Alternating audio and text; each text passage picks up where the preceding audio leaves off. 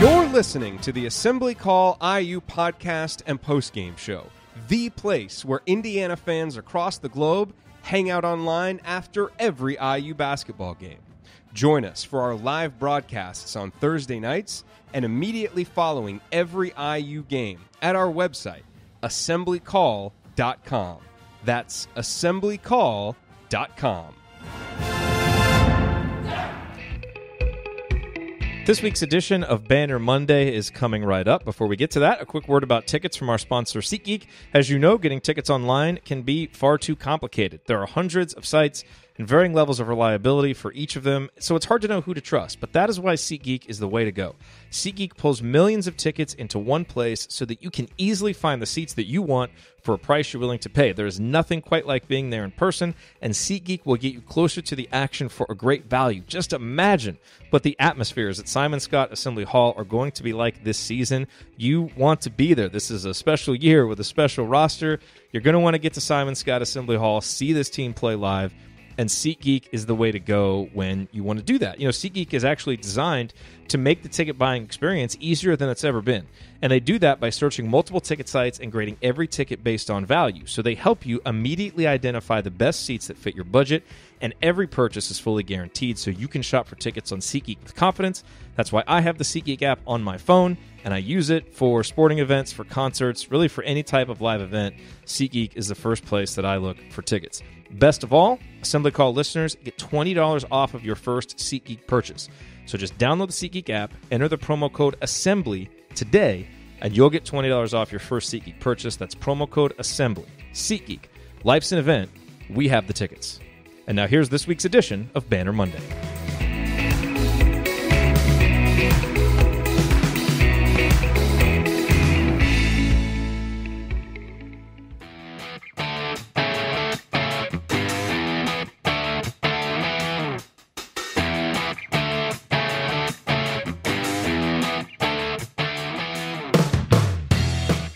Welcome, Hoosier fans, to this week's edition of Banner Monday, where we kick off each week by doing what IU fans love more than anything else, talking hoops. IU hoops, Big Ten hoops, and deep dives into basketball strategy and concepts, plus previews of IU's upcoming opponents. We do it all here every Monday, and we're happy to have you here with us. This is our third edition of Banner Monday, and it is our 435th episode overall of the Assembly Call, recorded on the afternoon of Monday, November 5th, 2018. I am your host, Jerod Morris. And let's begin this edition of Banner Monday, how we begin every edition of the Assembly Call, and that is with our Hoosier Proud Banner Moment. And Indiana is the national champion. When it comes down, Indiana will be champion. Smart takes the shot. The Hoosiers have won the national championship.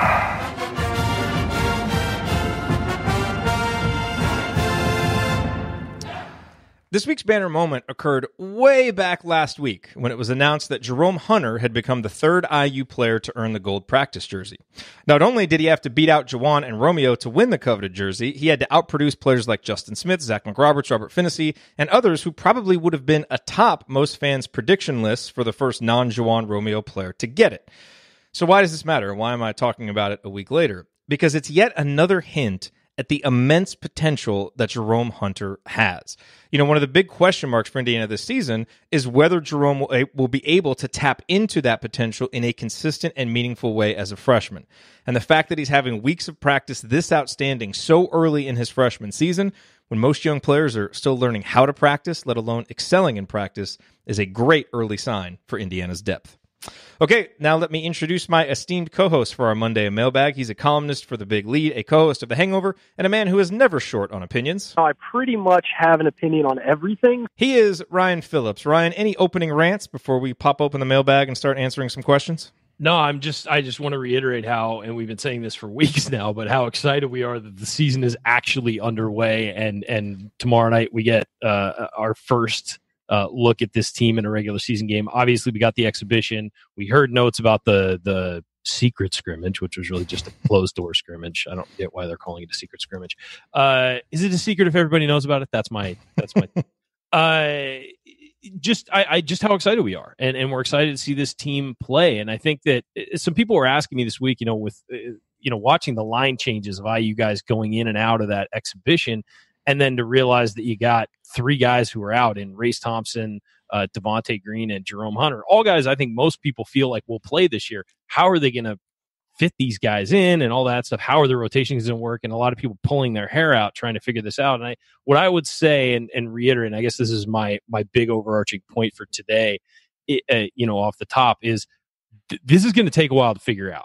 These guys it's going to take a while to figure out who gets what minutes, where, who plays well together, all that stuff. So this is going to take you see it going on in the NBA right now in a couple different places. Most notably, I mean, in my neck of the woods with the Lakers, you get LeBron, you get this big guy, you've got all these young guys. You've got to figure out who plays well together, who fits in well together, where the best points to bring these guys in are. Who are your true starters? Who are the guys who are going to play, not necessarily start the game, play the most minutes, all that stuff. It's going to take a while to figure that out. I don't expect to see a solid rotation set until early January when we get into the meat of Big Ten play. Until then, this is going to be an experiment. They're going to be figuring guys out. So if you're worried that your favorite player isn't playing yet, give it some time. They've got practice time to figure it out, and they'll get their shots in games. We saw a guy like Demezy Anderson come off the bench in that exhibition and drop 14 points in 14 minutes. He probably wasn't a guy I would have earmarked for being in the rotation this year. Maybe he's making a case to put himself in that rotation. It's going to play out over the next 2 months. We'll see where it goes. So don't worry too much right now if the guys you love or guys you want to see aren't playing. This is a process, and it's going to figure itself out. Happens when you have this much talent. It's a good problem to have. Yes, absolutely. All right, here's what's on tap for this first edition of Banner Monday, or this third edition of Banner Monday. I need to update my script here. We got the listener mailbag coming. We got our Big Ten Roundup with Mike DeCourcy. We have Basketball 201 with Ben Ladner. We're going to talk about the Packline defense. Then we have our opponent preview. I'm looking forward to that, by the way, Packline defense preview. I am too. And then our opponent preview with Chicago State. All of that coming on this edition of Banner Monday. Before we hop into the mailbag, I do want to just remind you real quick about the best way to shop online for great deals on IU basketball and football tickets. Just remember this URL, iutickets.shop. It will take you right to SeatGeek, where you can immediately find the best deals on IU basketball tickets, other sports tickets, concert tickets, and more. As a bonus, can a brother get some coupons? You can use the promo code Assembly to get $20 off your first purchase. And when you use that URL, iutickets.shop, we actually get paid a commission for referring you, so it is also a great way to support the show. Again, the URL is iutickets.shop. Thank you. Okay, Ryan, real quick, before we hop into the mailbag, just an update. Archie had a press availability earlier today, and so I was just kind of looking at some of the comments from the people who were there. It sounds like Al Durham and Race Thompson are not going to be available Tuesday night for Chicago State. It sounds like they actually probably aren't going to play at all this week, so we're hoping to get them back for the Marquette game. Devontae Green is cleared to play, and then Jerome Hunter and Deron Davis will just have to kind of wait and see. But, Archie did say, I think his quote was, we've hit a little bit of a speed bump with some of the injuries. That's 5 guys right there, and that doesn't count any, kind of bumps and bruises and, nicks and cuts other guys may have. But good to hear that Devontae will be back. It'll be interesting to see who starts at point guard for that Chicago State game. But it'll be Devontae. Yeah, I would think so. I would say it's Devontae, and then you have Rob coming off the bench. And we talked about this. It's much less controversial to do that right now than it would be to just start Rob. Especially given what Devontae did in the offseason and how he bought in and everything. You give the guy who's the veteran the chance. And I've said it before. I think they'll both play at the same time. I could see them playing at the same time. I don't see any issues with that. And they may experiment with that against Chicago State. So they're going to do a lot of experimenting against Chicago State. I would think so. All right, let's hop into some of these questions. So this first question, Ryan, comes from Steven. He says, everyone is praising Romeo's game on Thursday, but I thought his shot selection was awful, running into crowds, unnecessary off-balance shots. I was wondering what you guys thought about that. And we addressed this a little bit on the post-game show, but let's take a few minutes here and talk more about it, because I certainly don't think either one of us is as concerned about this as maybe Steven is. No, look, Romeo is a true freshman coming in where he had to do stuff like that in high school. He had to run to crowds and take unnecessary off-balance shots, and he was probably going to get a call every time because of who he was in high school. This is who he kind of has been over the last few years, but he's a smart player who's going to learn maybe in college can't get away with the kind of stuff you did in high school. What I would look at, though, while you're looking at the 4 for 12 from the field and maybe 0 for 2 from 3 and maybe thinking, I don't know. Look at the rest of his game. He had an assist. He moved the ball. He only got the 1 assist. I was surprised by that. He moved the ball really well. He did have 5 turnovers. A couple of those were offensive fouls or just, aggressively dribbling the ball and losing it. Had 5 rebounds as well. And he had 4 feels. So he's engaged and he's playing well. This isn't about hunting his shots and looking for it. This is just the way he's played over the last few years. And it's gonna take a while for him to realize that maybe in college you can't drive into a crowd and throw up a shot and expect a foul call. So I'm fine with the aggressiveness. I would rather have him be aggressive than be passive early. Some of those shots will start to fall as well as he gets more comfortable, and as the guys on the team get more comfortable with him, they'll find him in spots where it'll be a more useful way to go, a useful place to shoot and find him in useful spaces on the floor. What I will say is the benefit of having Romeo Langford and to some extent Juwan Morgan as a senior is last year, a lot of times late clock, you didn't know who was going to take the shot and who was going to take over and who was going to create something. Romeo can create something off the dribble by himself. We saw that the other night. That's what he was trying to do a lot of, was create something. And that also opens things up for his teammates. But late clock, you've got a guy who can go one-on-one, get inside, get to the rim. If he doesn't make the shot, maybe you get a rebound or something. It's better than wandering on the perimeter at the end and firing up a three. He's aggressive. He'll get to the hoop, maybe get fouled and get to the line. So he's a guy who puts pressure on opposing defenses. And even if he does have a 4 for 12 night, you'll look at it and say, hey, we'll take that because it put pressure on the defense to pay attention to him, opening up things for everybody else. So it's a process with Romeo. He's young, but you'll see that benefit the team down the road. I promise you. And frankly, the entire offense is a work in process right now, and Archie has talked about that. We saw that. He talked about it again today in his media availability, just talking about, how we're struggling to kind of get into a flow. And that's one of the reasons why in the postgame he talked about really wanting to get out in transition, because we have a lot of guys. Yes, and we have a lot of guys who are going to be really good in transition. Romeo's great in transition. Justin Smith is really good in transition. So I think you're going to really see Indiana try to push the ball, and you'll see him do that all season, but especially now it'll be helpful with the half-court offense struggling a little bit. And that's why I would think as the games, we start to play better competition. We won't really see this against Chicago State and Montana State because they're not that great of teams. But I really think we'll see the offense start to go through Juwan a little bit more, especially in the beginning, because that'll kind of be the identity. And here's a question that Jonathan has that we can kind of piggyback right into here. How long will it take our offense to find its identity and flow naturally? I think Ryan, we have talked about how we really shouldn't start judging this team until late December, early January, and I think, honestly, that holds true every year, but this year this year especially. And I think this is going to be a team that's going to win games early. The games that they win, they'll win because of defense. They'll win because they have some really good individual offensive players, guys like Juwan, guys like Romeo. They'll win because of transition, like we said. But I think it's going to be a little while until you look at the half-court offense and are just like, wow, this is pretty. This really looks like a team that has a lot of chemistry. And especially when you have all these injuries now, that's not helping going out there getting game reps. So I think it's just important to be patient with this team offensively. Well, and people look at the starting lineup and they see Juwan Morgan, Devontae Green, Justin Smith. You're like, okay, these guys have Zach McRoberts. These guys have been here. There's a lot of new pieces being worked in here, and this was a huge recruiting class. And there's guys like Race Thompson who were there, but they weren't on the court. They may know the offense, but they haven't executed in a game setting. It's different. And you got guys like Al Durham who played last year and played well at times, but a lot of what he did that was good was sort of freelancing and not working within the offense. It was driving off a kick and getting into the lane. So it's not necessarily working through the system as well. Devontae Green did a lot of freelancing. And then you've got a guy like Deron Davis who is back, maybe a little banged up now, but is back, but he didn't play a full season in this offense. So there's a lot of guys who need to get reps in this offense during a game. And that's key, because during practice and during a game are two different worlds. In a game, or in a practice, you get the offense into your head. In a game, you actually have to go through the motions before you realize what you're doing and see the effects of it. So it's gonna take time. It's gonna be a process. We're gonna annoy the heck out of you with the word process this year.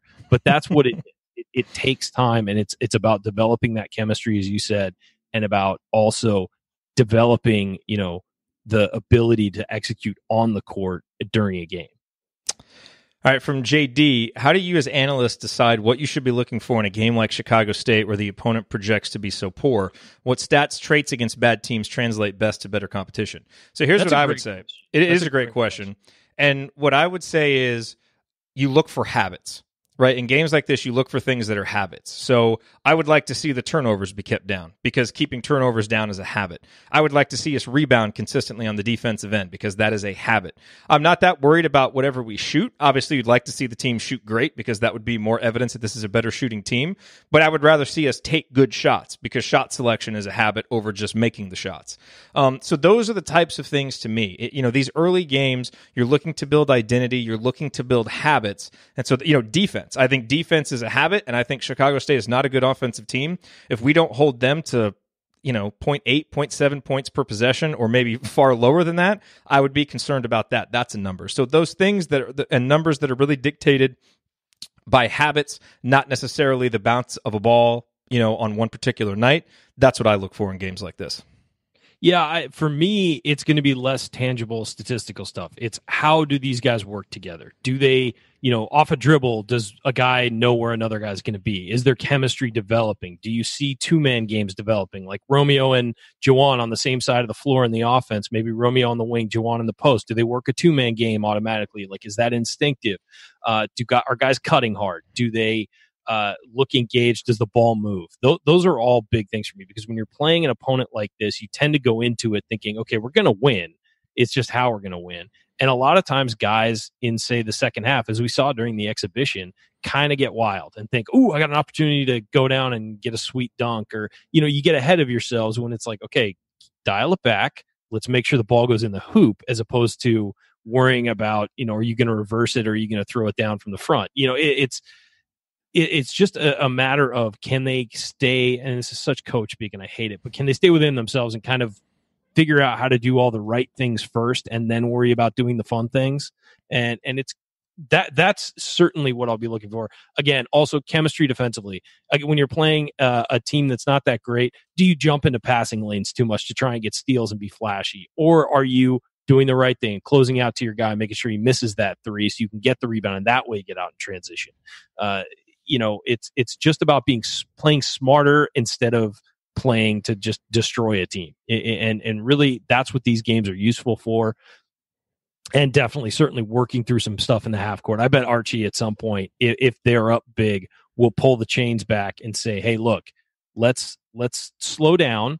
Let's not get out in transition. Let's walk the ball up and let's run through some offensive sets. And almost calling off the dogs as far as transition goes. And I think that would be a smart thing to do. Let's work through some offensive sets. Let's see what we've got here, and let's get used to running it in the game. Yeah. I mean, I think the majority of stuff, like you said, it's not going to be stuff that shows up in the stat sheet. Like Dylan said in the chat, the pick and roll defense, the communication, like you said, the kind of the continuity on defense. Right. And I would say, I would judge it much more by the first half and the first 5 minutes out in the second half. And I'm not going to, be too critical of probably the final 15 minutes of what we expect to be a blowout, a pretty big blowout. A lot of deep bench guys to play a lot if it goes the way we expect it. Hey, dude, we're talking about this like it's a guaranteed win. Let's just go out and win the game. That's the first thing. And look, we've had bad results in the past when we expected to win. But this team is a lot worse than Indiana State last year. I mean, this game is not a laugher that is decided in the first 10, 15 minutes, I think there's something to be concerned about. Seriously. I know. I just don't want to get too far ahead of myself and then have this, on the internet forever. But no, the go out in the first half and win the game in the first half, and then the second half, you can work on stuff. I think is the way you're sort of angling this. Go out, blow their doors off if you have to, dominate the first half, and then you can work on stuff, work in some guys who haven't played, and get some reps for everybody. All right, we got time for one, maybe two more. Let's go with Matt's question. Ryan, what do you think Archie's weaknesses are, or what do you think he needs to improve on as a head coach? To the extent that we know this, having only kind of experienced one season with him without his players. And I just want to offer that caveat because it makes it somewhat difficult to know up close what kind of coach Archie is because we haven't really seen his program fully installed with his kind of players yet. Right. I would say half court offense is a struggle sometimes, and again, it helps when you have great players. Great players make your offense look better, regardless of what your system is. You can have a wide open, only 3-point shooting system, and and it can be fun to watch and up tempo. But if you have bad shooters and bad players, it really stinks. And on the reverse, you can have the best half court offense in the world, but if you don't have guys who can knock down shots, and we saw this last year with Indiana, if you don't have guys who can knock down shots and spread the floor, even if you're trying to score through the paint, opponents will just pack the paint and dare you to shoot threes, and it's impossible to succeed. So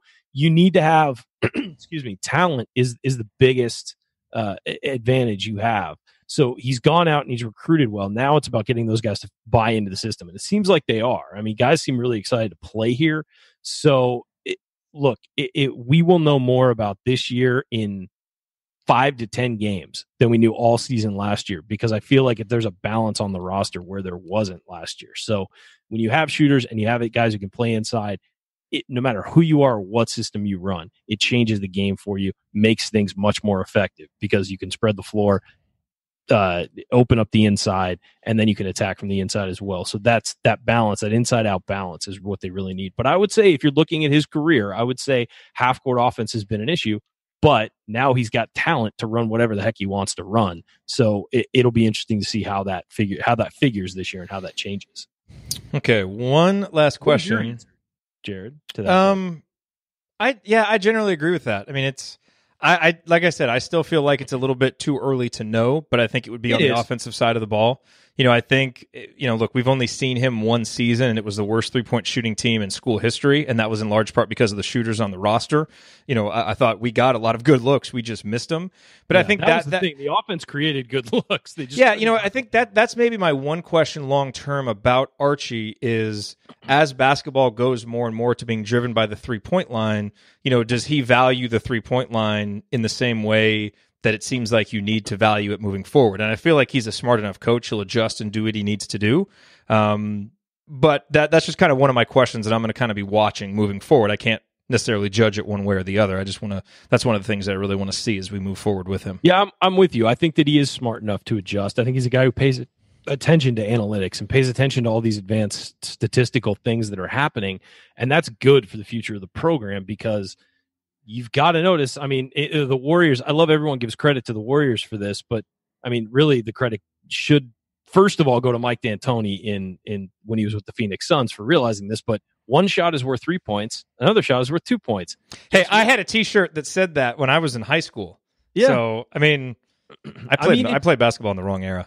But it's true, though. It is true. I mean, you do get an advantage. You get a 50% more from making one shot to the other. It's a harder shot to make, certainly, but not if you practice it as much as you want. I mean, Jordan Hulls was standing out there on the three-point line. As Dick Vitale said, it's like a layup for him.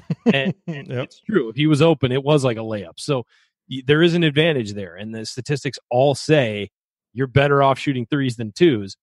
Of course, you need to have the shooters who can make them, and that's the difference. So we'll see how Archie adjusts. He's not a guy who I think is set in his ways and certainly gets bogged down with that kind of stuff. Okay, last question. Let's hit this one quick, Ryan. This is from Alex. What player proportionally improved their stock the most in the exhibition game? For example, with only 4 guards, Finney was expected to play but did better than expected. Additionally, many fans talked of preferring to redshirt Demezi, and he excelled too. So for you, who do you think kind of improved their stock the most in that exhibition game? Probably Demezi. I expected Rob Finney to be solid. He was better than I thought he would play in that first game. And we all love Rob, and we all think he's going to be great. But I thought he played better in that first game. But as far as where they fit in as to where I thought they would, I think Demezi played really well. I think that's a guy who's clearly wants to play and is showing that. And it's interesting with Demezi, and I was going to bring this up, and I'll probably talk about this more expanded on the radio show since it's a shot doctor-ish thing. You look at the way Evan Fitzner shoots, and you look at his follow-through and his form and everything, and it's picture perfect. You can tell he is a shooter, and the way he finishes, and you watch the ball go in, and it hits nothing but net. You watch Demezi shoot, and his form is off. He doesn't jump very much. His body twists, whatever, but it goes in. But the thing is, you never see him hit the ball nothing but net. He's a guy, and there are 2 types of shooters, and this is a thing that I talk about with some basketball guys, and they agree. There's 2 types of shooters. There's guys who are shooters, and they hit nothing but net, and they're all about the perfect shot. And there's guys who shoot the ball into the inside of the rim. Basically, they put the ball on the inside of the rim. And that's what Demezi is. And he's a guy who gets the ball into the inside of the rim. He's not a pure shooter. Pure shooters will look every time the ball looks amazing when it goes to the hoop. And Demezi, every time it looks ugly going to the hoop. But the caveat, the thing is, it goes in. And so no matter how he shoots it, whatever he does, it goes in. And yeah, it's going to be interesting to see how that plays out. I mean, does he get more playing time? Is this a guy that we're looking at possibly redshirting like they did with Race Thompson? He certainly needs to get stronger. He certainly needs to work on his athleticism and movement skills offensively and defensively. I would be fine if they're redshirted him. But if he can hit shots off the bench like that, maybe he needs to be a weapon that's deployed. But there's so many guys that are going to play this year. I'm wondering if that's the right call.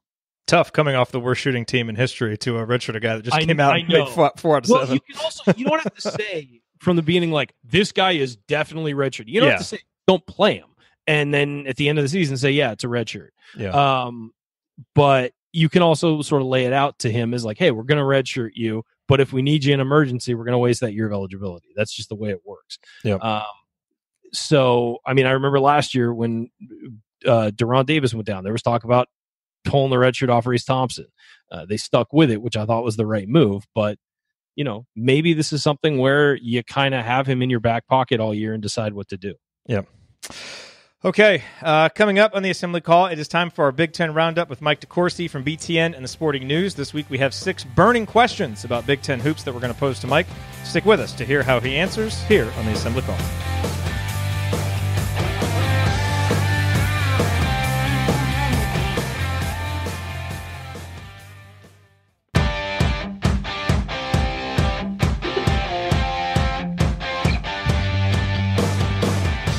Welcome back to Banner Monday. Each week here in our second segment, we zoom out to look at how things are going across the Big Ten Conference, and there's no one better to provide insight on Big Ten basketball than Mike DeCourcy, who covers Big Ten hoops for BTN, in addition to his columns for the Sporting News. Mike, welcome back to Banner Monday.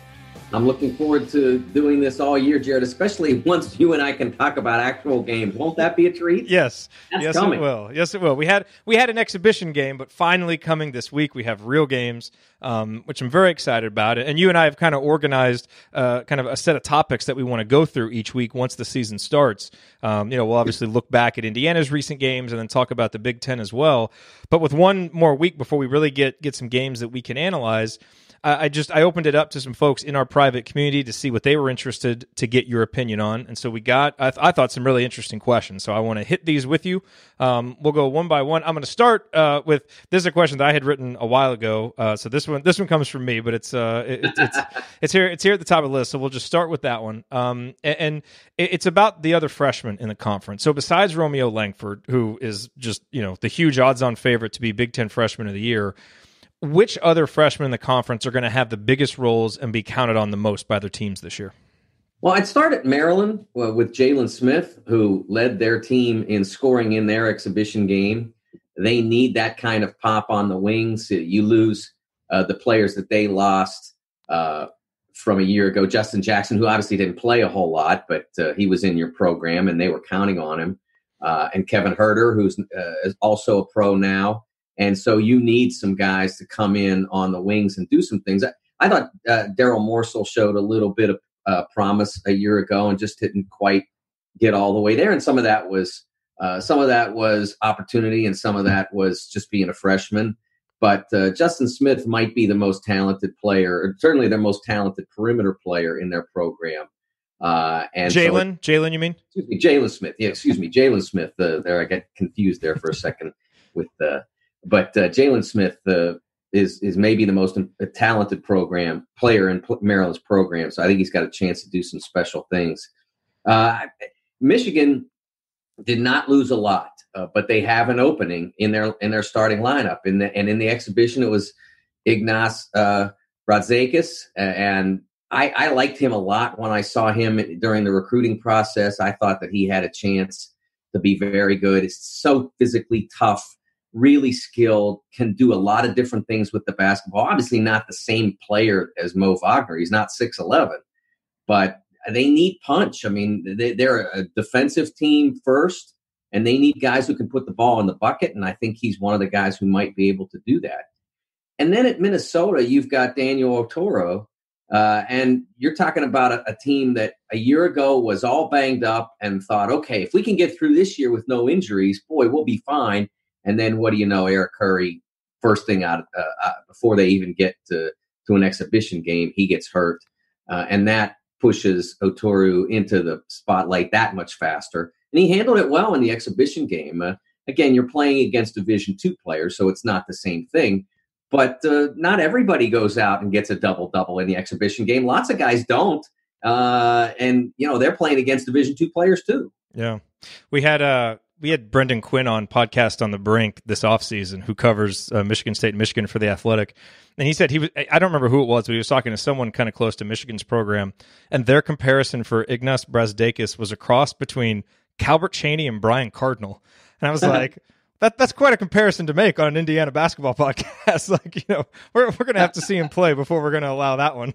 But obviously, if he's anything like those two guys, he's going to be a heck of a player. So we'll see. Yeah, you don't expect a guy to have a career like them. I mean, but Calbert Chaney is one of the 100 greatest players of all time, according to my book, and Brian Cardinal is one of the 100 best paid players of all time per career point. I think. Yes, he was a tremendous player for Purdue. Almost got him to the Final Four in 2000. No, he did. Okay, number 2. This is from Matt. What and we just talked about this. Ryan and I just talked about this earlier. Interested to get your thoughts. What do you think Archie could most improve upon as a head coach? I don't want this to come off wrong but I think it's first about if you want him to improve something, it's getting more great players. Because at Dayton, he recruited very well for Dayton, but the ceiling is where it is. You're trying, only if everybody else, is asleep, essentially, are you going to get a superstar at Dayton. That just doesn't happen very often any longer. There was a time when a Wally Zerbiak could end up at a Miami of Ohio. It really doesn't happen anymore.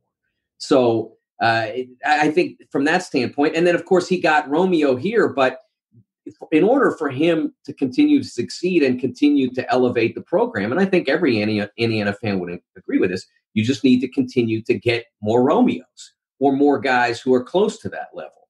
And this class, I thought, honestly, the class that that are freshmen now really is a step ahead of what should have been possible. So I'm not saying he's not recruiting at the level that he needs to.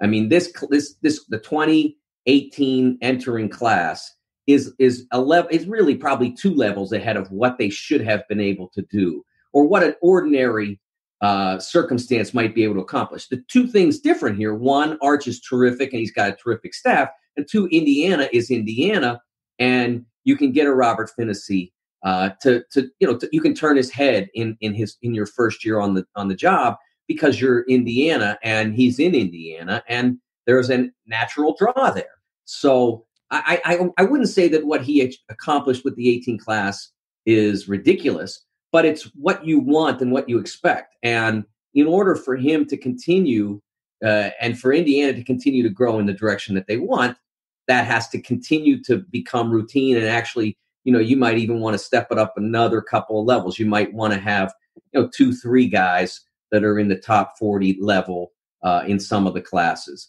The reason I chose that answer is in large part because I don't know that he's not really weak in a lot of areas. I mean, his defenses have been really tough. His teams play with great mental toughness. Offensively, they've shown the ability to maximize what they have, and they've shown great versatility, adaptability. When Jawan emerged last year as a player who could play both inside and out in certain matchups, I mean, they jumped all over that. And the Notre Dame game against, one of the great coaches in college basketball was a great example of that. So that's why I went with just continuing to get better, more and better players, because that's a lifeblood for any program. And for Indiana, coming back from where they were in the previous regime, which was very successful, but that's the area where honestly they struggled the most, was not finding guys who could play. They had Jawan Morgan and they had Victor Oladipo, and they had getting guys that are really respected and really successful, and that you don't need to be surprised to see them succeed. They're ready to go pretty much when they get there. Yep. All right, next question. This is from Coach, and this is Coach Tonsoni. This is definitely a coach-type question. What team in the Big Ten has the most game-ready depth? Yeah, I think that the audience for this podcast is going to love this because I don't know that there's any other answer but Indiana. Because honestly, the one thing about this league and the thing that I think to some extent keeps any or many of the teams from being overwhelming favorites to be successful or great. It's why you don't see anybody in the Big Ten maybe rated ahead above 9 or 10 in various rankings, whether it's ours or Athlon's or ESPN's or the AP poll. You don't see a lot of them because there are a handful of very good teams that return 3 and 4 or maybe 5 rotation players, but there aren't a lot that aren't at least a little bit dependent on the freshmen to be special or really to contribute a lot. Indiana, I think, certainly needs that as well. But when you look at their team and you look at the guys who are on the roster, you got a Deron Davis who's unlikely to start unless things were to change. You've got Al Durham, who needs to fight his way back into the rotation. Didn't get a lot of minutes in the exhibition game. You've got the grad transfer, Fitzner, Evan Fitzner, who, I think he's a guy who's played a lot of college basketball, 3 years, and he'll have a chance to contribute as well with his size. And, of course, Devontae Green didn't play at all in the exhibition. We don't know whether or not he'll start. That's still up for grabs when they go out on the floor on Tuesday night. But, that's another guy who certainly has played a ton of college basketball. And so they've got terrific depth there. And I think that they still have a lot of things that they need to cover to be special as a team. But they have an advantage over a lot of teams in the number of players that are on their roster and that are likely to be in their rotation who've played in really Big Ten games. Yeah, and the injuries in the exhibition game made it difficult. Like Al played and then left early. Deron left early. Devontae didn't play. Race Thompson, Jerome Hunter didn't play. So we didn't really get to see the full extent of that depth in the exhibition game. Devontae will be back, and like you said, it'll be interesting to see if he starts Tuesday night. I think we would assume that it'll be him that starts, but Al and Race both look like they're going to be out for the rest of this week for the first 2 games this week. So hopefully they can get back for next Tuesday night against Marquette because we'll certainly need them. Next question from Jonathan. What are the 5 strongest defensive teams in the league? 5's a lot. I mean, that if you have 5 strong defensive teams, you have a great league, right? Yes. When I look at it, the first team that comes to mind is Michigan. We would never have said that 2 years ago, that Michigan would be a super strong defensive team, but they were very special defensively by the end of last season. Once Xavier Simpson got into place and became their point guard of record and really drove that with his on-the-ball defense, he elevated everybody. Now, some of the guys that made that one of the best defenses in the country, or at least were part of that, are gone. But I think that what they have back are guys that even fit that orientation better. Jordan Poole, I think, is going to be a better perimeter defender. Not necessarily than Muhammad Ali or Abdurrahman, but better than Duncan Robinson, for instance. Isaiah Livers, those guys obviously played a lot last year, but they'll be 28, 30-minute players now. And I think they have great length and great spring and real good dynamism. And I think that they'll be able to help make that team even better defensively than it was a year ago. Michigan State has traditionally been great defensively. I don't see any reason why that would change. And I'll stop it at 3. And I think the third one, and I think the reason I went with the third one was because I think Penn State needs to be great defensively. Now, they probably got the best perimeter defender in the league in Josh Reeves, a player that I admire his approach and his ability to go after it. And I think that he'll be a terrific defender, but I think their backcourt needs to be really strong defensively, or I think they're going to have problems staying competitive in the league. No Iowa. Good one. I like that. That's yes. Not buying into the Iowa defensive resurgence this year. No, I think they will be better. Yes, but they still need to go a long way before they're going to crack this list. Yes. Okay. This next one is from JD. So last year, everyone basically overprojected Minnesota and Northwestern, both underwhelmed for different reasons. Minnesota had a rash of injuries and suspensions, and obviously Northwestern just kind of fell flat. Who are national analysts making that same mistake on in the Big Ten this year? Boy, I don't want to. They're not going to go to this level.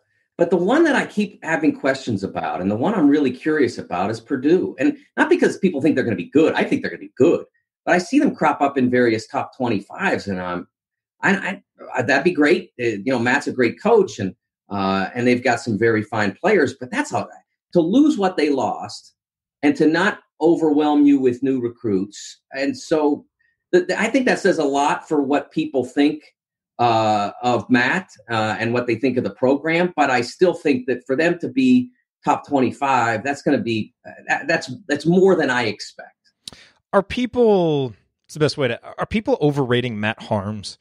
Like, is his reputation right now better than his production, at least what he's proven? Because I think people are expecting a lot out of him this year, and maybe he hasn't necessarily shown that he's ready to produce at that level. Matt, at the end of last year, got what I thought was worn down. And to worry a little bit that he got worn down playing in limited minutes, but some of that might have been just practice worn down. I mean, he was going against Isaac Haas all that time, and that may have been what wore him out. But he certainly has ability, and defensively, he's a big upgrade. And that's not again, not to insult Isaac Haas, but Matt Harms, when he went in the game, changed games defensively. So that's your hope for Purdue, but he's got to be able to stay in games. And I think it's less foul trouble than it is stamina to be able to play 25 plus minutes. If he does, I think the rest of it is covered. He's very skilled. Uh-oh. We lost Mike, which, hey, that happens, especially on these live shows. The Purdue Hackers, Alex says. Yes, it was the Purdue Hackers. They didn't like my follow-up question about Matt Harms. The last question that I had for Mike, and I'll ask it here and discuss it for a second while we wait to see if he pops back on. What team in the Big Ten that doesn't have a true star player? So eliminate it. To me, you think about the star players in the Big Ten, Carson Edwards, Ethan Happ. You could probably throw Nebraska in there with James Palmer Jr. I would say Indiana as well, with Romeo Langford and Juwan Morgan. Which team that doesn't have a star player could benefit the most from having one? And I guess as I was kind of thinking about this, I think certainly you look at a team like Penn State. Last year they had a star player in Tony Carr and had one of the best seasons that they've had in a long time. They've got some really good supporting players like Josh Reeves and Lamar Stevens. So in terms of them trying to, get their way into the top half of the Big Ten and stay there and have a couple of good seasons in a row, I think they would certainly qualify there. But I think at the top of the conference, I would say Michigan. And I guess that depends on your definition of a star player. If you think that Charles Matthews is a star player, then maybe he doesn't qualify. I don't think so. I think he played a supporting role last year. Their star player was Mo Wagner. And so for Michigan, we know they're going to have the infrastructure. We know they're going to have good defense. They obviously have great coaching. Who's kind of their go-to guy? Who is that star? And, they've got several guys that are going to be good, Jordan Poole and Charles Matthews and, and on and on. But they, to me, seem like a team that could really benefit from kind of having that one guy, that star player. And Michigan State's going to be interesting, too, because they lost kind of their two stars in Miles Bridges and Jaren Jackson, and they have a lot of good complementary pieces. Can any of those guys step up to be stars? We just don't know because we haven't seen those guys in those roles yet. So, but let's bring Mike back on here. And we'll see if we can get his answer to that question real quick. I just gave you mine. Mike's going to pop back on, and let me unmute him. Mike, you're back. Second, I apologize. No problem. As they said in the chat, we start talking Purdue, and the Purdue Hackers cut us off. So that's just that's just what happens. So let's go to the last question here real quick, and I appreciate you coming back on. This is from Alex. It's a really interesting question. So, what team in the Big Ten that doesn't have a true star player could benefit the most from having one? And to me, I would say that you eliminate Purdue, Wisconsin, Nebraska, and probably Indiana, because I feel like those four have star. Maybe you would say Minnesota too with Jordan Murphy. I guess he could qualify. But who would you say, that doesn't have a star player but has kind of the infrastructure and the role players kind of built that could benefit most from having one? I went with Penn State. Same one that I said. I did the same. I answered the question while you were gone. There you go. Penn State, I think, if they had kept on from a year ago, if they had kept the players that they had in place, they might have developed that. But with the vacancies that they have in the backcourt, I don't think Michael Watkins is going to be a star player, and Josh Reeves is one of my favorite players in the league, but he is what he is.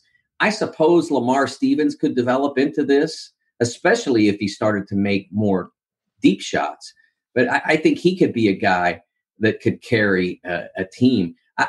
Tony Carr could have been that guy if he were willing. And I'm not saying he's not working at it, but if he were willing to return and work at his deficiencies, specifically his inability to play around toughness. I mean, physical contact. He was not a play through contact guy. He was a guy who needed great freedom to be successful. And so if he had come back and committed to that, he might have been a guy who could have been a carry the team kind of star. But if you could just throw them a Romeo Langford or something like that, I mean, you're talking about a team that maybe would be a top 20 type team. They just don't have right now anybody visible that you say to yourself, that guy's going to get you 18 to 20 on a night. And for a team that sometimes offense has been a chore of late, that could really be helpful. But as I said, don't be shocked if Lamar Stevens finds a way to develop into that player. Last question. What's the thing that you're most looking forward to at the Champions Classic Tuesday night?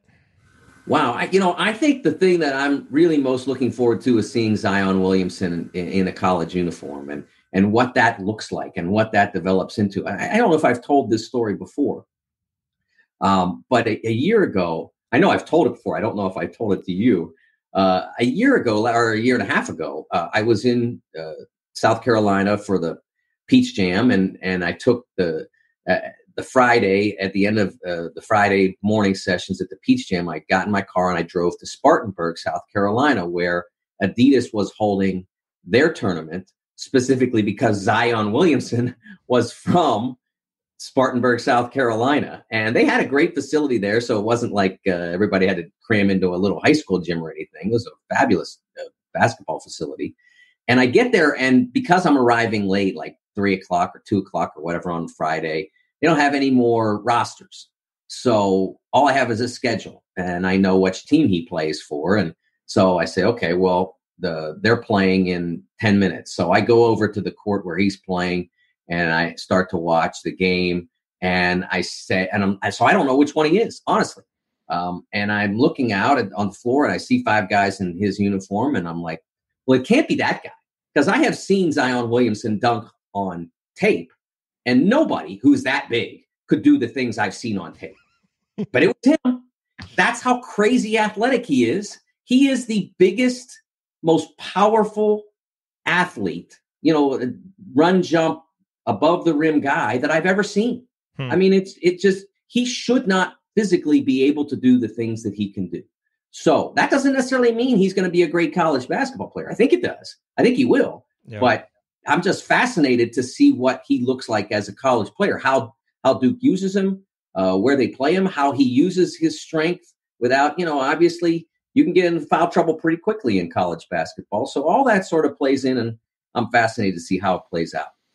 Follow him on Twitter at TSN Mike. Watch him. You'll be doing the same studio stuff for BTN this year that you did last year? Yes. I'll start. I have a couple of dates in, one in the ACC Big Ten Challenge, and then a couple in the first week of league play. And then I'll be on every Saturday, Sunday, starting with the January conference games. And we'll be doing Big Ten basketball and beyond again this year. Really excited about getting back to that. I think it's our 9th year as a show. And wow. Dave Revson and I still hanging in there from the original cast. We miss our guy Jimmy Jackson, but we've had great people, Steve Bardo and Sean Morris and Robbie Hummel and all those guys that have tried to fill those big shoes that Jimmy left. Yeah, very cool. Well, Mike, we always appreciate your insight. Thanks for joining us again on Banner Monday. Okay, Jared, thank you. Alrighty, and coming up, it is time for another edition of Basketball 201 with Ben Ladner. We're going to stay on the defensive side of the ball and talk about the Packline defense. Learn more about Archie's preferred style of D next. Stick with us here on the Assembly Call.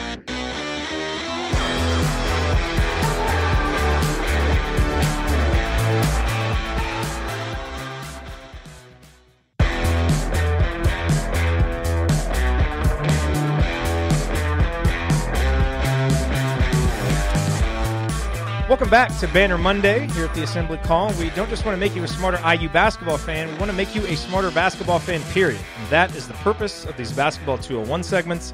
You already know the basics of the game, but in this segment we go next level to dissect the concepts and strategies that teams employ in the pursuit of victory.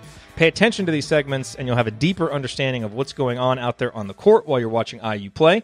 And as we had in our first two installments of Basketball 201, we are very pleased to have Ben Ladner back with us, senior at IU this year, one of our interns, both at the Assembly Call and Podcast on the Brink. Someone asked me earlier today what you're majoring in. Journalism. Just regular, straight up. But they let you specialize and concentrate in certain things. So I've technically got a sports journalism concentration, but that doesn't, it doesn't get me out of the boring classes. So. Yeah, okay. All righty. So we're going to talk Packline defense. And, I think most Indiana fans probably gained some understanding of the Packline last year. Obviously, this is Archie Miller's defense. This is the defense that, I'm pretty sure that his dad plays in high school. It's certainly the defense that Sean plays at Arizona. It's, similar defense, obviously, to what Tony Bennett is playing at Virginia.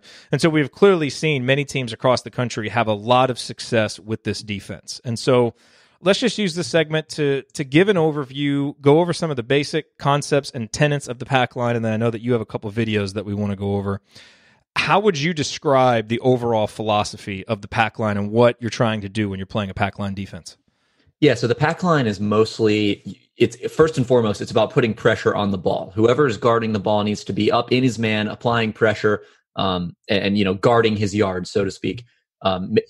Making him feel uncomfortable and trying to prevent a straight line drive. And that's really what the whole defense is about in general, is shutting off dribble penetration and eliminating looks at the basket. That's kind of at its core what it's most about. It aims to take away threes. It aims to do a lot of other things, and that any defense would. But at its core, it's about preventing dribble penetration, stopping shots at the rim. So the way they do that is they apply strong ball pressure with usually a guard who's initiating the possession, and then all other four defenders are in what's called gap position. And the reason they call it a pack line is because it's sort of this imaginary line, or 16, 17 feet, a couple steps inside the 3-point line, this imaginary line that the defenders kind of stay inside of or on while they're in help defense. So you've got a guy kind of at the point of attack, and then two guys on the side, assuming the ball's up top, kind of in this gap position, so that if a drive occurs, they're able to just slide over, rotate, stop that drive, and then recover to their man or wherever the ball gets kicked out to. So just a little history on it. It was developed by Dick Bennett at Washington State a little while, probably many, many years ago. And that's, I think they're the Cougars, so that's why they call it the Packline. I did not know that. Yeah, so you mentioned Tony Bennett, Sean Miller are two guys who run it. Chris Mack, now at Louisville, has been known to run this defense. So it's fairly widely used, and it's more so in college than in the NBA, just because schematically there are certain things that, and ability-wise, the NBA players are better. They're able to, pick it apart a little bit easier. So it's more effective in the college ranks. You don't really see it too much at the NBA level, but I've got a quick video here that will help kind of illustrate just some basic Packline concepts. This is a video. And again, if you're listening on the podcast, you can go to youtube.com/assemblycall, find episode 435, and go to, about the 52 minute mark, which is when these segments usually start, and you'll find it. And then Ben, you and I are going to pull those videos out, and we'll eventually have just our Basketball 201 segments there. They're not there yet, but eventually we'll have a whole playlist just for those videos. So we'll try and describe it as best we can, but if you want to see the visual, go to the YouTube page. So this is a video, people who have watched the last two episodes may recognize this. It's one I use to demonstrate drop, pick, and roll coverage. But I want to focus on some different elements this time around. Same game against Michigan in Ann Arbor, as we touched on the first time we watched it. Not a great showing for Indiana. They're already down 14 points, 12 minutes into the game. But a strong defensive possession here nonetheless. It starts with a ball screen by Michigan. Mo Wagner comes up, left side of the floor. They're trying to go middle. Wagner sets the screen on Josh Newkirk, who's guarding the ball. Juwan Morgan comes up to play the ball. But what I want to focus on here is where Colin Hartman is. You see him as the ball screen is set, Hartman rotates over and he's standing, basically at the foul line. And his man is kind of more over on the wing. But in the Packline defense, the principles dictate that these two guys, Colin Hartman up top, and then Zach McRoberts, who's defending the guy in the corner, these guys are basically on the midline of the paint. And that's part of stopping that dribble penetration. If the ball handler turns the corner and goes middle, Colin Hartman is there, and the ball's not going to get through the middle of the paint because you've got two help defenders there. Now, it does give opportunities to, make this pass one pass away or make the skip pass to the corner if the ball handler is adept enough to do that. But really, I mean, you can tell they're really forming a wall around the paint, and they're not going to let anyone get in the middle and get a shot at the rim. So we see the ball handler, we'll rewind it a little bit, come around the screen. Morgan drops, nice job on the two-man coverage, and Colin Hartman kind of stays there in the middle. And then when the ball's kicked out to Duncan Robinson here on the wing, it's incumbent upon this man who's the helper one pass away. He needs to sprint over, and especially on a guy like Duncan Robinson who can shoot a little bit, needs to sprint over and close out, which Hartman does, forces the drive, and then on that second drive by Duncan Robinson, you can see Josh Newkirk. He's not hugging up against his man. A lot of man-to-man principles will dictate that if you're one pass away, you're what's called on the line, up the line, where this guy, instead of standing here in the top of the key like Newkirk is here, would have his back turned to the ball with a hand out in ball denial position to make sure this guy doesn't get the ball back. The pack line, it's a little bit of a softer man-to-man, at least on the ball. So Hartman's applying the ball pressure here. Newkirk one pass away. Robinson tries to drive here and attack this closeout, but because of the help, he's not able to. So then he has to kick it back out, and Michigan resets the possession. They don't get anything out of it, and there's 7 on the shot clock. So, that's a pretty good job there by Indiana. And then the whole time, McRoberts is over here kind of keeping tabs on his man in the corner, ready to help and be this last line of defense if it would have come to that. So, essentially the philosophy here is the highest percentage shot is a shot at the rim. So you're trying to keep guys from being able to just drive in and get some of those easy shots, which we saw, unfortunately, all the time in the Tom Crean era. This defense is designed to prevent that, and also to try and just prevent that kind of penetration into the middle that can really just completely discombobulate your defense. Yeah. Now, dispel a myth, or I guess, perpetuate it if you want to. But obviously last year, with a few of the outlier games that Indiana had against Indiana State and Fort Wayne, and then, you saw what happened to Virginia against UMBC, and everybody really, just kind of like latched on to that. And you got this little groundswell of fear that the Packline defense can't defend 3-point shots, despite the fact that Virginia annually is one of the best teams in the country at defending the three, and the evidence doesn't really back that up. But you can see, even from that video, like there are going to be some opportunities for, if you have a guy with some vision and the ability to deliver a pass, guys are going to have the opportunity to get the ball in position to shoot some threes. So, number one, do you think the Packline is particularly vulnerable to 3-point shooting? And number two, what do you need maybe in terms of personnel or how you particularly play the Packline defense to help defend the 3-point shot, which we know is becoming increasingly more important? Yeah, I agree. I think it is vulnerable to threes. I think, like you said, Indiana State, Fort Wayne, these guys with some shooting big men in particular, but really any team with good shooters, when you've got those guys who aren't hugging up on the shooters one pass away, they're kind of more sagging into the paint and shutting off the drive. If you're able to get past your man and draw that help defender, it's just one simple kick out pass. And if it's a good shooter, that's a 35-40% shot, which, you add those up over the course of a game, and it really does hurt you. So that's actually one of my biggest misgivings about the Packline defense is just, before there was this big emphasis and people kind of realized the value of the 3-point shot. Before that really happened, the Packline was a great defense to play in the college ranks because, teams offenses were about getting to the basket, getting the highest percentage shot. But, as people have kind of come around to the idea of, points per shot and effective field goal percentage and things like that, where, that show that 3-pointers are obviously more valuable than twos, threes more than two. with people kind of getting wise to that, I do think that you've seen teams that run the pack line, struggle to defend some 3-point shooting teams. Now, Virginia, you brought up them as a team that defends the three pretty well. And that actually ties into your second question, which is what you need to kind of combat that. I think having good, long, active personnel can help in that. Just guys who can make that closeout a little bit quicker. Because if you're slow recovering on a shooter, that's going to increase the percentage that he's able to make that shot. And so if you have guys with some length, with some quickness that can get back to that shooter before he has time to get away the three, that's obviously beneficial to the defense. And you're able to kind of cover more ground, be in two places at once, so to speak, and bother some of those rotation, those swing passes, those kick out passes. And then second, I think institutional knowledge. And that's where Indiana really struggled last season because they were, with a first-year head coach, or at least with that personnel. They had a lot of young guys in the rotation, guys who didn't really have a lot of experience playing college basketball at all, let alone under Archie Miller in his system, playing those pack line principles. Virginia is a team that every single year has a lot of roster turnover. They get a lot of really, really smart players in that system, and they've got a great coach in Tony Bennett.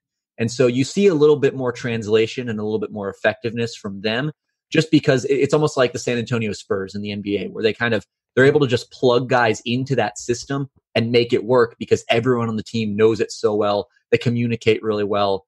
And so they're able to make it work. If you have a team that doesn't really grasp the concepts and kind of the schemes that you want to run, it can be a little tougher. And so defensive communication is really, really key because this actually ties in with hedging the pick and roll, which we'll get into there's an example of in the next video. And we talked about 2 episodes ago. But that's one of the big things that the pack line emphasizes is they want to hedge that pick and roll. It's all part of this idea of shutting off dribble penetration, stop that ball handler's path. And that forces the defense into a lot of really long rotations, and it forces them to be on time with every rotation and really tied together. Otherwise, you give up a passing lane and someone's able to spring open for three. So you need guys that know what they're doing, that are able to communicate and kind of move as one, kind of like 5 guys on one string, just kind of tied in. So they never really give up those gaps. And that's what Virginia does a really good job of. And, hopefully this year we'll see Indiana with another year of experience under its belt do a better job of that as well. Yeah, so fair to say is the institutional knowledge, as the defensive culture and just the culture of the pack line grows at Indiana, that will help. Would you say, last question before we get to your video, yeah, is it fair to say that this is the kind of defense that maybe if you're like at a mid-major or like a second-tier Big Ten school where you can't recruit top-level athletes, you should seriously question playing this? But if you can recruit, like in Arizona, like Indiana should be able to under Archie, even Virginia, where you can get guys like DeAndre Hunter, where you can get big, long athletes that are good basketball players and willing defenders, then you can make this work at the college level, even despite the weaknesses, because that length and athleticism will help you cover up for some of them. Is that fair to say? Yes and no. I think it does help you cover up for some of those. If you have the length and athleticism, it helps you cover for that mistake, and it'll expand the margin of error. But if you execute it right, if you have guys, at a mid-major school, for instance, that have just been playing this defense for 2-3 years, maybe even back to high school, and they really know what they're doing, and they have a coach that teaches it really well, it can actually be an effective defense, kind of at the lower levels of D1 and maybe even in the D2 ranks. You just have to hope that your opponent isn't hot from three, and sometimes hoping that it does always work in your favor. It needs to be something you do. Like no one just installs the pack line for one game as like a as like a gimmick defense or something. Like, yes, it's definitely something where the concepts they need to be drilled over and over and over. And it's really, it's not something you can draw up in a timeout and say, hey guys, we need to make this adjustment. Like that's something that takes some time to get used to, and not really something you learn on the fly. Yeah. So for all of those Indiana fans that want to see more of a defensive culture under Tom Crean, and count me among them, this is what we're getting with Archie. And the fact that he's so committed to this defensive philosophy is certainly proof of that. Okay, let's go to your next video then. Yeah, so this is actually, we talked about Virginia. This is a clip from Virginia last season. This was when they were, not a punchline of every 16-1 joke. So this is a game against NC State. And, this is a pretty classic Virginia play that we'll see here where, let me see if I can play the video. There we go. So you get a ball screen, and there comes the hedge. This is middle ball screen. The point guard's coming off the screen, and you've got the big man, the guy guarding the big man comes all the way out, like we talked about a couple episodes ago with that hedging defense, while the guard fights over the screen, gives a little bit of a second kind of a lurch toward the ball just to give him a little bit more pressure, and then recovers back. One quick thing, if the ball handler had realized he's late getting back. Yeah, if the ball handler, like we showed that clip of the trap with Steph Curry going to Draymond Green last week. Yeah. If this guy, and you'll have to forgive me, I don't know NC State's personnel very well, but if this guy's able to see the roll man, and second of all, if the roll man has his head turned, this could be an effective kind of pressure release. You do have to get it over all this length that Virginia has on the ball. But if you're able to get it out of that trap, you have this guy in the corner, you have this guy in the left corner, you have a kick out pass to the wing, or you have the drive with the big man. So you've got some options coming out of that, but they don't see it. So the big man's able to recover. They swing the ball. Here comes a second pick and roll. Now, we saw the first pick and roll. They wanted to hedge it because that was a middle pick and roll. And that's one of the main tenets of the Packline is middle pick and rolls. You hedge, stop the ball, and kind of make it, you redirect the ball handler. On the side, we talked about icing the pick and roll last week. On the side pick and rolls, you want to, in the Packline, it dictates that you ice the pick and roll. So Hall, I think this is Hall, does a nice job forcing the ball toward the baseline. You've got your big man, we talked about trapping him kind of in that no man's land in the corner, using the baseline as kind of a third defender. They're able to force him into the corner because you're not going to get a high percentage shot from this area of the floor. And you have, notice how tied in Virginia's other three defenders are here. The only pass that's really open, and it's not really even open, is this weak side corner. But you're not going to be able to throw the ball from the right corner over all this length, through these help defenders all the way to the other side of the corner. So they're fine leaving that guy open so long as they can recover once the ball is passed to someone else. So they do get it to Yurt 7 here in the high post. And then he turns his back, posts up, and immediately Virginia employs the double team. On that second dribble, there comes the double team. Now, another case of NC State not having their heads up. The power forward is wide open under the basket, but by the time Yurt 7 turns his head and sees him, Ty Jerome is already rotated over, and Kyle Guy is kind of zoning up between these two players right here. They'd be well served to have this guy rotate along the arc, kind of over to the top of the key or the right wing, just to spread Kyle Guy out a little bit and make sure that he can't guard two guys at once. But alas, they're not able to. Yurt 7 has to spin around, and they force a contested three at the end of the shot clock. That's a good possession for Virginia. That's what they want. They want to force these guys to take shots that they're not super comfortable with. That the shooter wasn't able to set his feet, really get his balance on that shot at all, and kind of had to jack one up because of how long, NC State had to swing the ball around and just couldn't get a good shot. Boy, and even in that clip, you saw the opportunities that NC State had. Yeah. Or if they had a little bit of vision, or I guess just better players, they could have kind of taken advantage there. Now, you said, okay, so they iced the pick and roll on the side. I thought in the Packline you didn't want to do that because you wanted to force the man back to the middle. So I thought that as well, and I watched a couple instructional videos, and it seems like, I think different coaches will preach it different ways because on a baseline drive you don't want to give up the baseline, because all of your help is in the middle, so you want to force your guy that way.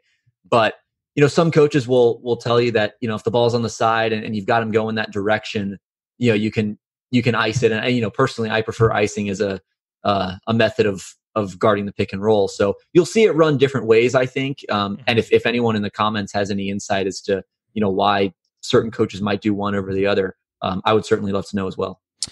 We did get a couple good questions here. So Kent says, is there any adjustment IU could make to the Packline if a team is hot from 3-point range, like in the Indiana State and Fort Wayne games? Which I almost feel like we need to stop bringing those up as issues with the Packline, because that was early in the season where you had a team that had a culture of no defense for a while. I mean, they were hardly playing any defense, and you could tell how confused they were, and just all the wide open shots. Plus, those two teams went nuts. So we really probably should, stop bringing those up constantly as examples. Like that's a problem with the Packline.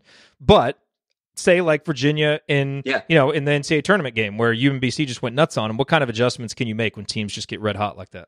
Well, in the first clip, I think was actually a good example of that, because, you noticed they dropped the pick and roll instead of hedging it. And I think, just being a little bit more conservative in the way you play that, we went through hedging the pick and roll, kind of the disadvantages that it has, where if you have a big man who can shoot, or you have a team that makes quick decisions and is able to string together a bunch of passes in a row, they can find that open guy along the perimeter. So, dropping the pick and roll, trying to just guard it with 2 guys instead of 4 or 5, I think can be a good adjustment. And that's one that I, would like to see Indiana do a little bit more regularly, just kind of as their base defense. So they don't have to make that adjustment as a last resort, just kind of do it off the bat. But yeah, that would be the main one that you'll see teams make.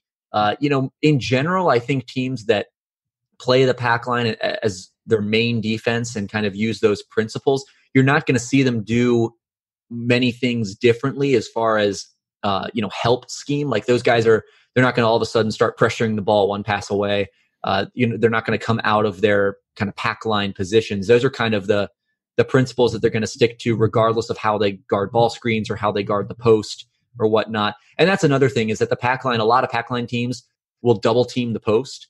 And I think with kind of more knowledge we have about the efficiencies or inefficiencies of shooting out of the post, I think more teams are willing to live with tough shots out of the post. And so you'll see more teams play the post straight up one-on-one rather than double it and risk those kick out passes for 3. So that was actually something Indiana did a couple times last season, was they would start a game doubling the post. And then if they were hitting guys, spotting them for 3 and knocking down shots, they would just play the post with 1 guy and stay home on those shooters. Yeah.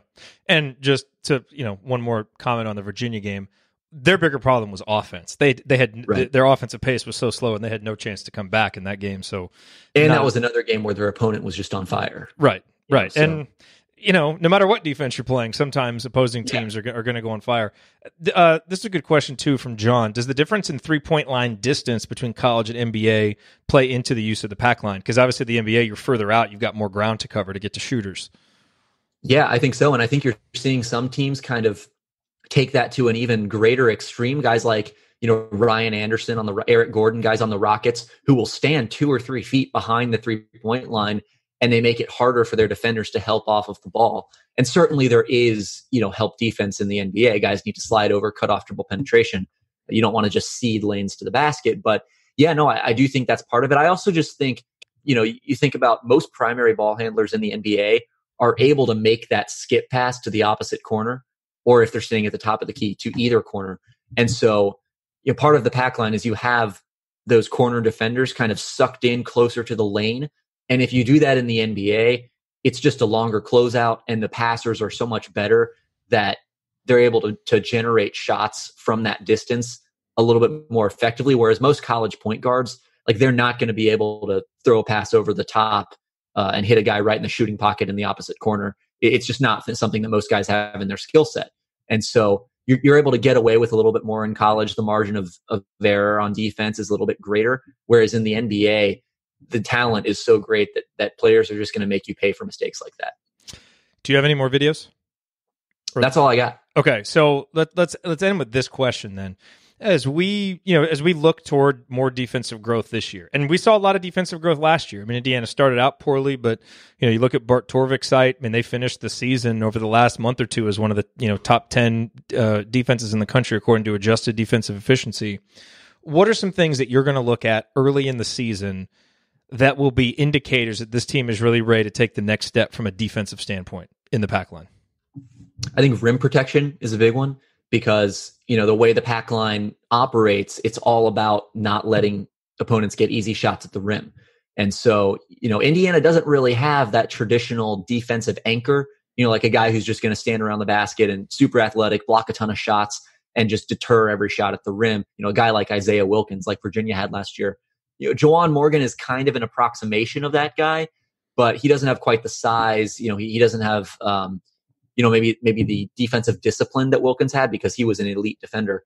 So that said, Indiana does have some guys who can protect the rim. Guys like Justin Smith, Juwan Morgan, like I mentioned, who can slide over. Evan Fitzner, even Deron Davis, ground bound as he is, with the right good shot blocker though. Still, yeah, decent shot blocker, has is able to stay straight up.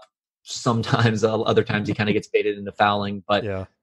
That's going to be, I think, a big indicator. If they're giving up easy shots at the rim and opponents are converting at a high rate there, I have a hard time imagining that their defense will be very good overall, because if those are the shots that they're, scheming to take away and opponents are still getting a lot of them, then that's just a harbinger of bad things to come on defense. And then opponent 3-point percentage. I think that's, especially given the way last year went, the way the first half in particular went, last year, they were one of the worst teams in the nation guarding the three.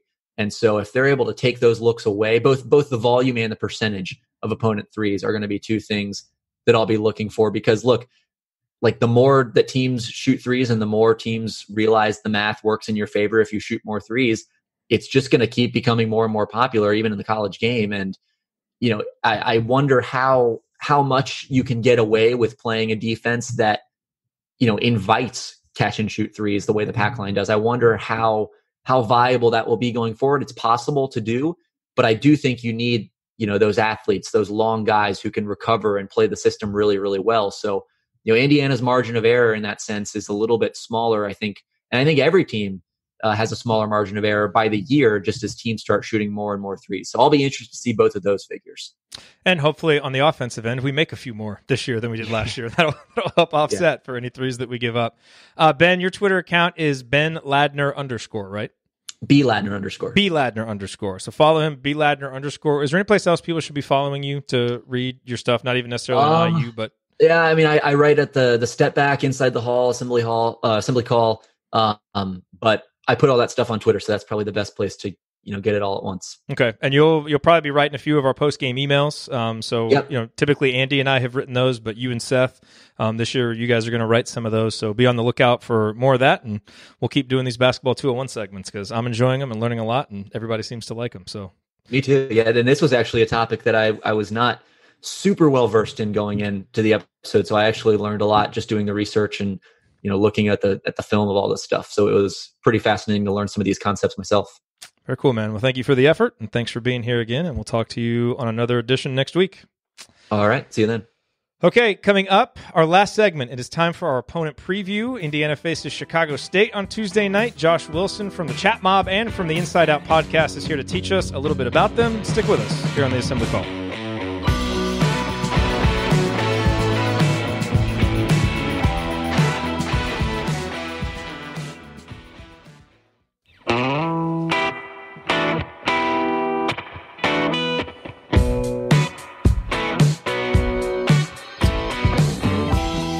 Welcome back to Banner Monday. It is our final segment, and each week in our final segment, we are going to be previewing Indiana's upcoming opponent for that week. Obviously, tomorrow night, Indiana opens the regular season against Chicago State at home in Simon Scott Assembly Hall. And Chicago State is not a highly regarded opponent, but that doesn't mean we're going to take them lightly and overlook them. We're going to do a preview, and to do that preview, we have, straight from the Chat Mobbers, Josh Wilson. And Josh, you, before we get to the Chicago State, you have a new podcast that you've started. Is it called just Inside Out or the Inside Out podcast? Yeah, it's the Inside Out podcast. You can find it at inside_out pod on Twitter. I know I let you know, I was kind of inspired by, you guys, the Assembly Call, and Ben and Coach Tonsoni. So I just love the group and the family that we have. And I wanted to start podcasting myself because I love talking about sports. I played college basketball. So I like to think I have a lot of knowledge. Whether that's true or not will be determined. But I just love talking sports, and that's given me a platform to do that. Well, you played college hoops, so you probably have more knowledge than me, Andy, and Ryan combined. So that's awesome. No, and it's on Anchor. Is it on Apple Podcasts and all the normal places where people can get it? Yes, it is. Yep. Okay. Using Anchor as my platform, it distributes it everywhere, so you can find it on your podcast platform that you enjoy listening to the most. Perfect. All right, so we will link to that in the show notes. But let's talk Chicago State. So you sent me over a spreadsheet that had a lot of really good information. I think the thing that most people probably know about Chicago State is that Mark Titus was campaigning to be their head coach this offseason, and not a whole lot else. They are, a sub 345 team pretty much everywhere you look. Not a lot expected of them. What kind of team is coming in, and who, if any, players should we be paying attention to on Tuesday night? Yeah, I think it says a lot about it if you have Mark Titus campaigning to be your head coach as a series candidate. But they have 6 returners from last year's team, and they bring in just 1 freshman. So of the 6 returners, nobody scored more than 6 points a game on average, or average more than 3 rebounds. So What they bring back did not do a whole lot. And that's going to probably speak, to the demise and uphill battle that they have this season. So they do have a couple players. Anthony Harris is a 6'5" senior guard.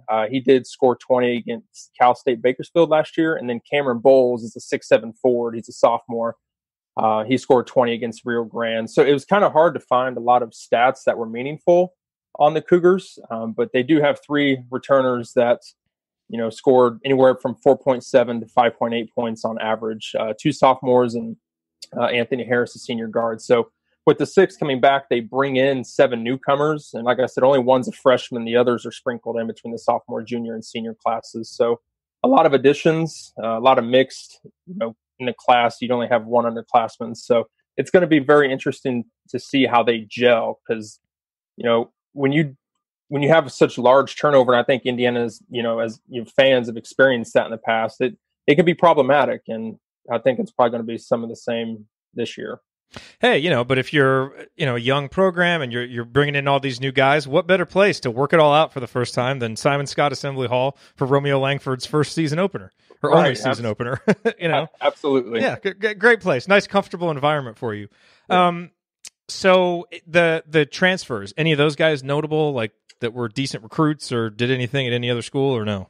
No, I didn't find a whole lot about the transfers, the guys coming in. Mainly, the 2 biggest players, Anthony Harris, Cameron Bowles. We'll probably see a lot of those 2, I would presume. They had the most impact. The 3 leading scorers of last year's team are all gone. So so those 2, coming back are really the most that we know, and their averages obviously aren't something to be tickled about, but they're obviously going to be relied on, a lot heavier this year.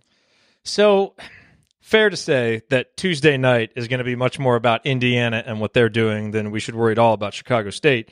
And frankly, this is a game that if Indiana doesn't win going away by 40, 50 points, it may be something to be a little bit concerned about because this is the type of game that a good Indiana team dominates and puts away early. Maybe 40 or 50 is a little bit much, but certainly a game that you should win by 30, 40 points.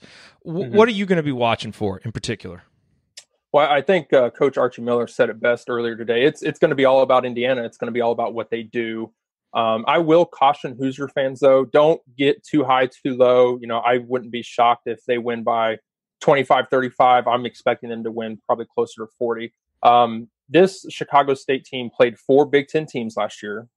They lost all 4 games, but they lost to Wisconsin by 12 points in the Kohl Center at the end of December. So obviously Wisconsin wasn't the team that we have expected or seen in the past, but it was only 12 points, and Chicago State's not a very good basketball team. So, they have played people close, although, I do expect Indiana to win pretty favorably because Chicago State only beat 1 Division I team last year, and they were 3-29. So that tells you what you need to know about them. But yeah, just be cautious. Indiana's going to probably work on some things.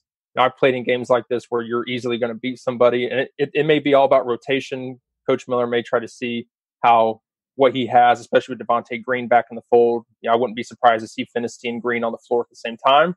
So don't be surprised to see some experiments, but I do think Indiana, or they're not going to have any issue tonight. I'll be shocked if they do. Brian says IU's only favored by 26.5. So, okay, maybe I'm over promoting just a little bit with my 40-50 talk, but it's a game. Do you agree this is a game that you really focus on the first half, see what they do for maybe the first 5 minutes coming out of the second half, but you don't want to put too, if it does get out of hand, you don't want to put too much stock, obviously, on what happens when the game's already decided. Right. Absolutely. Yep. This is a game where you just focus, your main 8-9 rotation guys, see what they can do, get some rhythm, get some blood flowing, get a lead, and then get on the bench and stay healthy is really all Indiana needs to worry about. If they win by 27, somebody's going to have a fit about it that, you won by 27 and we're going to move on to Montana State. So I promise we won't overreact about that on the postgame show. Okay. So last question. Is there any particular statistic that you think would be worth looking at in this game?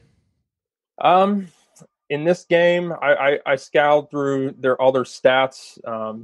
They were just a poor basketball team last year, unfortunately. So they didn't do a whole lot well. 3-point percentage was around 30. Their free throw shooting was 72%. So, that was better than Indiana, but nonetheless, it's still not very good. So they only averaged about 68 points per game last year. So, and they gave up close to 90. So those are the kind of stats to know. I did kind of find it funny because their average loss was about 24 points. The 3 games that they won, they beat 2 NAIA schools, and then they beat the University of Missouri at Kansas City at home on senior night, which was their lone D1 win. Wow. Their average win difference was 37 points per game. So those stats are kind of misleading. Yeah. But really, just there's not a lot coming back with the returning players. So they do have a little bit of size, but Indiana's going to match up real well with the Cougars. All righty. Well, Josh, thanks for joining us. Obviously, you can talk with Josh more in the chat after the game, live on the YouTube page for the game. What's your Twitter account for folks who want to follow? Yeah, it's @Josh Wilson 33. @Josh Wilson. Then, of course, check out the Inside Out podcast as well. Mm-hmm. Okay. Well, that is going to do it for us on this week's episode of Banner Monday. If you want to see us do the show live and be part of the live chat, join us at assemblycall.com on Monday afternoons for the live broadcast of our Banner Monday recording. And you can always subscribe to our podcast by searching for Assembly Call wherever you listen to podcasts. And don't forget to go to assemblycall.com or text IU to 66866 to join our free email newsletter, which will make you a smarter and more well-informed IU basketball fan. Thank you for listening. We will be back to talk IU hoops again with you on Tuesday night after IU Chicago State. Until then, keep your elbows in and your eyes on the rim, and go Hoosiers. Thank everybody for coming out. This was the most ridiculous ordeal of my life. Thank you for being here and for listening to this episode of the Assembly Call. We appreciate it. And we really do rely on the support of audience members like you to keep our show going and to keep growing. And so we have set up a page on our website at assemblycall.com/support that lists 5 ways that you can support the Assembly Call. And we encourage you to choose whichever method is the easiest and most convenient for you. One of the methods is donating, and so many of you have donated, and we appreciate it so much. On that page, you can choose a monthly recurring donation or an annual recurring donation or just a one-time donation, whatever works for you. And if you don't want to donate, another way to support the show is you can use our affiliate URLs, iutickets.shop or iustore.shop when you're going to shop for tickets or gear, and we will get paid a small commission when you use those links. But however you support the show, we appreciate it. Thank you.